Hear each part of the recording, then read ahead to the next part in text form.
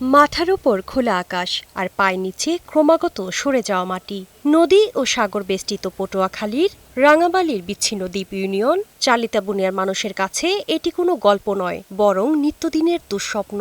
রাক্ষসী নদী আগুনমুখার উত্তাল ঢেউ একে একে গিলে খাচ্ছে সাজানো সংসার, ফসলি জমি ও শৈশবের স্মৃতি।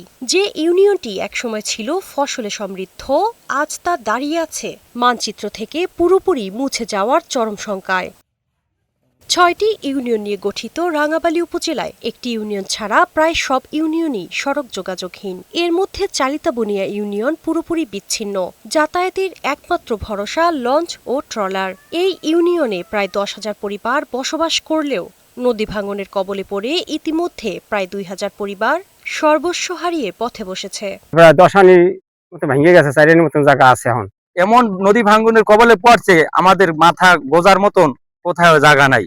স্থানীয়দের অভিযোগ, নদী ভাঙন চোখের সামনে চললেও কর্তৃপক্ষ কোনো কার্যকর উদ্যোগ নেয়নি। বিগত দিনগুলোতে বেড়িবাঁধের নামে হয়েছে প্রতারণা।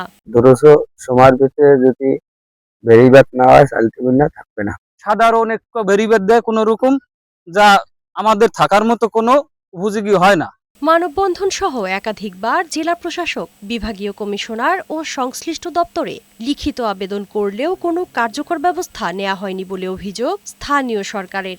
পানি সম্পদ মন্ত্রণালয়ের প্রতি আমার আকুল আবেদন, তাহারা যেন অতি শীঘ্রই টেকসই বেড়িবাঁধ এবং পাটা দিয়ে এটা স্থায়ী ভাঙন প্রতিরোধের ব্যবস্থা নেয়।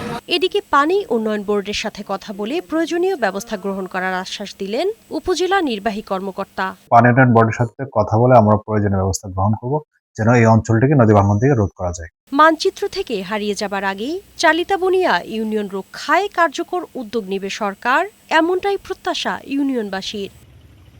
শারমিন রিমি, বৈশাখী সংবাদ।